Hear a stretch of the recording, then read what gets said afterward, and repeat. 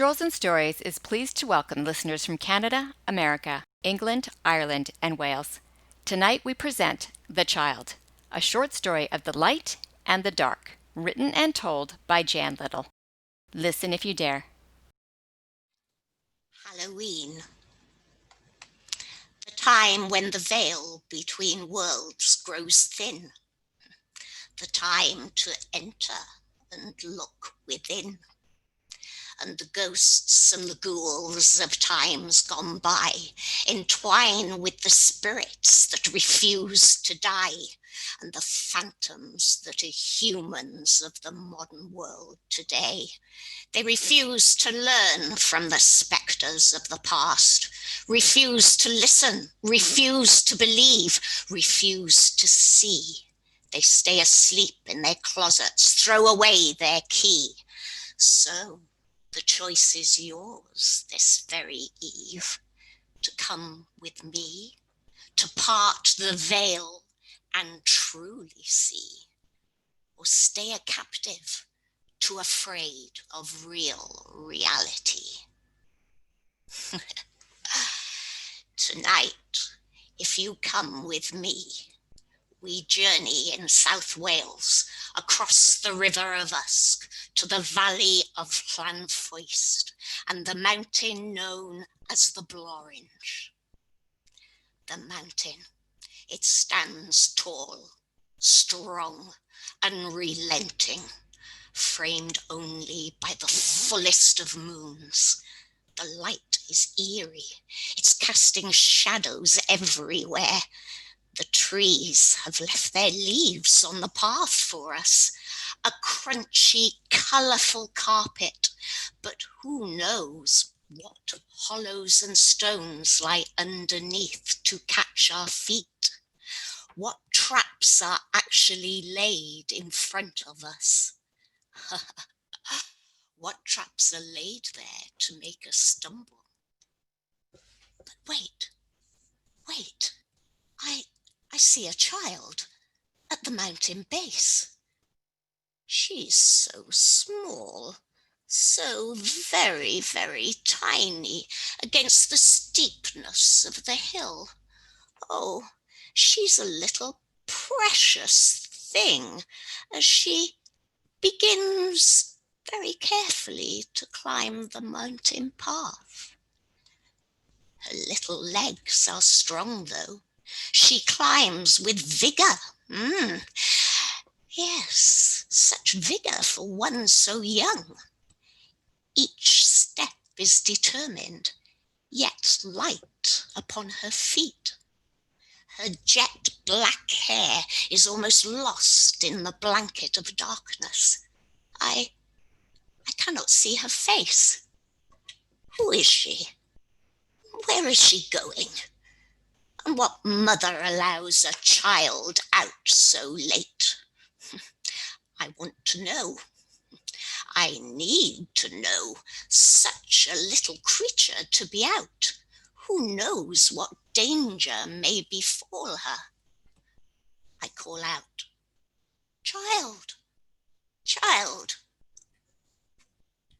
what are you doing out walking here this Hallowe'en night?"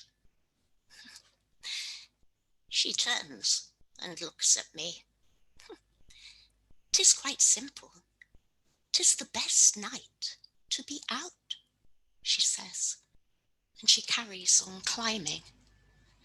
"And whence goest thou? Where are you going?" And again the child turns and says, "Well, where am I going?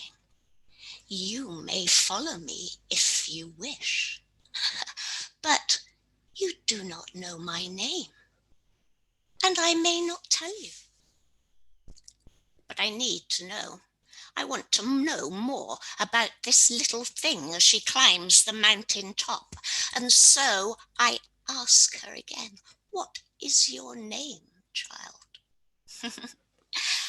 'I have no name, and many names,' she says. 'But you, in your world, you would know me. I am Millie May, number 9, The Flats. Mrs. Grogan, I know you. And please, follow me on. I am astounded. This child knows my name. How can she possibly know my name? What strange thing is this? I know the flats, but, well, the flats are not a place that I would frequent. And yet the child knows me. I keep myself to myself. The child beckons me to follow, and so I do. And up we climb, slowly, steadily, up the mountain. I tell you this, I have never travelled so light as I did that night. And yet, halfway up through the woods, I began to get out of breath. I felt that I needed to stop, and so I did. And in the stopping, I heard noises such as I have never heard before. Such terrible, terrible noises. Like a wolf. It was a wolf howling. There are no wolves in this wood, I know. And who am I to be frightened on this night of nights? I know this wood well. There are no wolves. But I hear the sound again, and it comes nearer and nearer and nearer. And I am frightened. And I'm frightened of that which I cannot see. And so I close my eyes. And when I open them, there in front of me is a large, large wolf baring his teeth. And I scream some more, because all around me suddenly is a pack of wolves. And I scream. And then there is silence. Nothing but silence. Not a sound in the world. And I close my eyes again. And when I open them, there, in front of me, again is the biggest, largest wolf. And on his back sits the child. There are, I can assure you, Mrs. Grogan, there are wolves in this wood. I have never seen them before.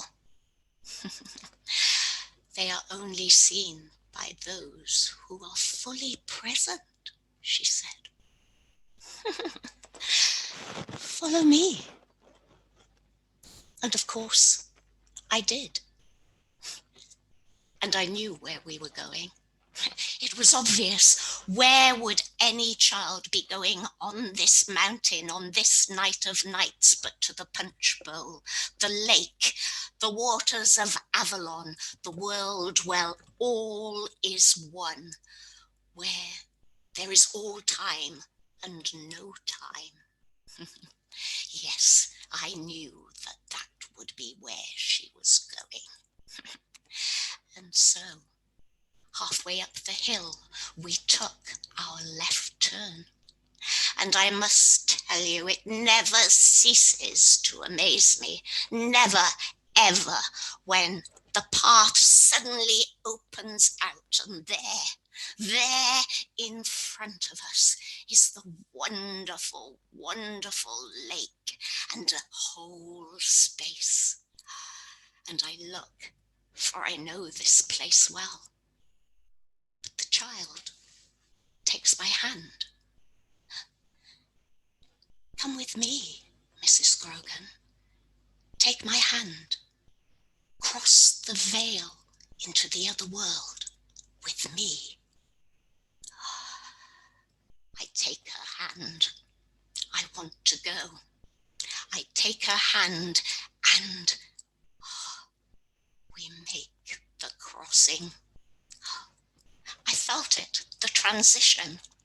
I felt suddenly I was light, I was young, I was free, and the pure, pure air I breathed in, the darkness was gone. This was a land of light, of milk and honey, where all was beautiful and light, such gorgeous light. I have never, ever seen such light.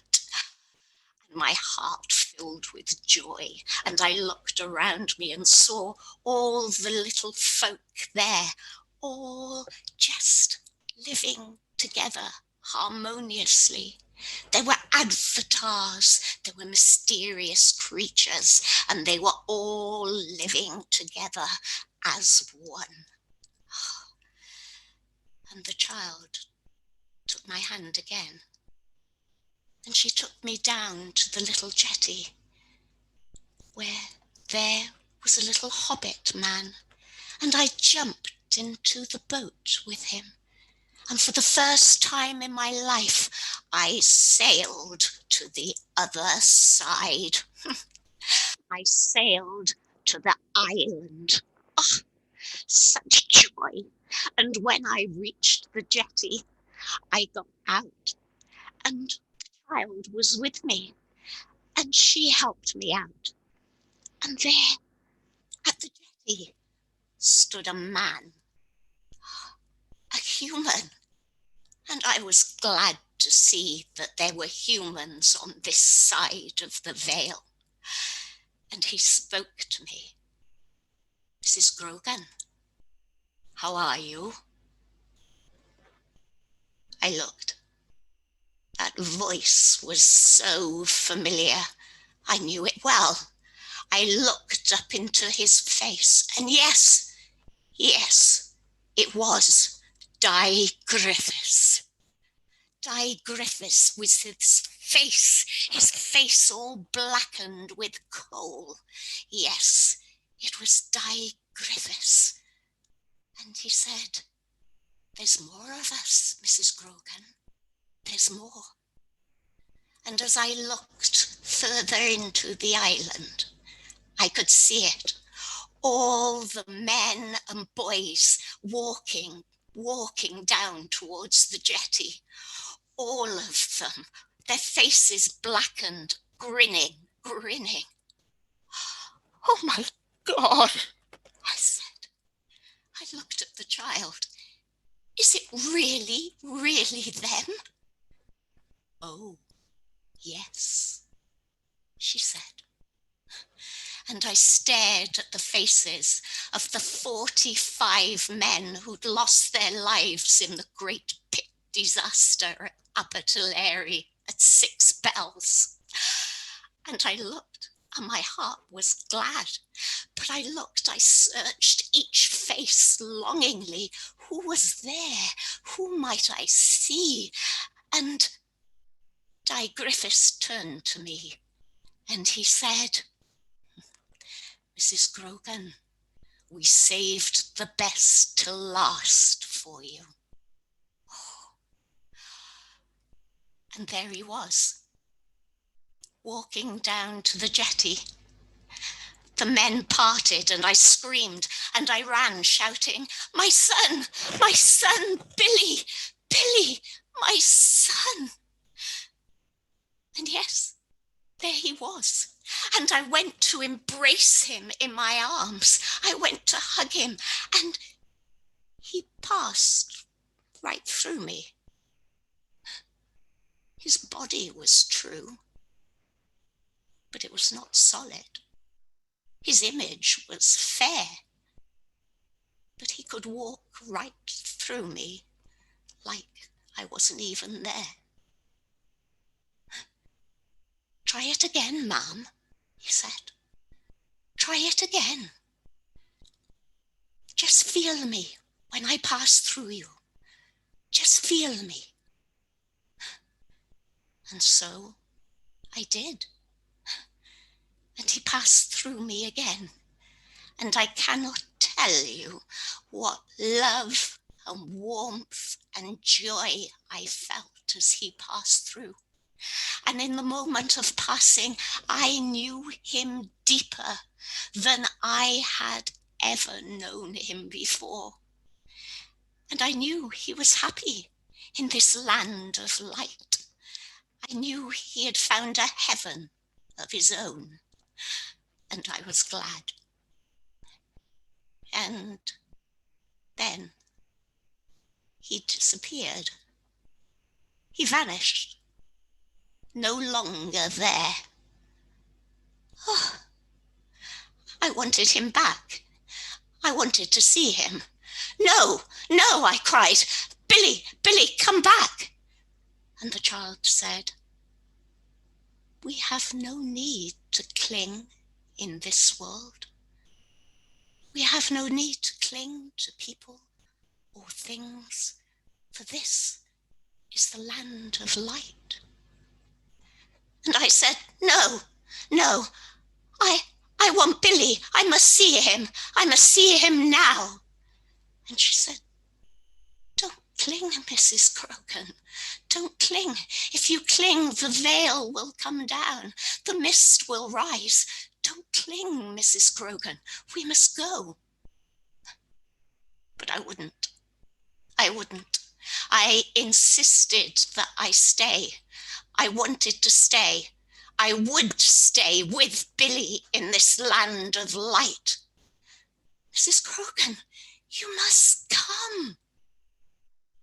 But the child's voice thinned and began to disappear. And the sky began to get black. And suddenly, the mist had just emerged, and the dark sky got darker and darker until suddenly I found myself where I had started, at the bottom of the mountain. No child, no land of light. So what did I do? I walked home, disturbed, feeling shaken, and I went to bed. And the next morning, when I awoke, I decided that this had all been some kind of dream. What tricks the little ghosties had played on me on the Halloween night. It was a dream, nothing more than a dream, and my grief for Billy. At least that was what I thought. Until 2 days later, when I picked up the newspaper, there was the headline, clear as day. Missing girl, Millie, number 9, The Flats, disappeared, never been seen again. Well, what could I do? I went to the police and I told them all, everything that I knew. Now I sit in my prison cell. They said that I was the last one to see her. They said that I was mad. They said that they had found blood on my scarf. And they convicted me of murder. A life sentence. A whole life sentence, though no body was ever found. But see her. She comes to visit me. Every single night she comes. And always, always she says the very same thing. I'm sorry, Mrs. Grogan. I'm so sorry. But if you cling to the light, if you must have the light, then you must also have the dark. Thank you for listening to The Child by Jan Little. If you would like to show support for Jan's storytelling, please consider using the support link provided in the video description to make a contribution. If you haven't subscribed to the Strolls and Stories free YouTube channel, please consider doing so to receive notification of new stories. Jan loves to hear from her listeners, so if you would like to contact her, please leave a comment below and she will get back to you.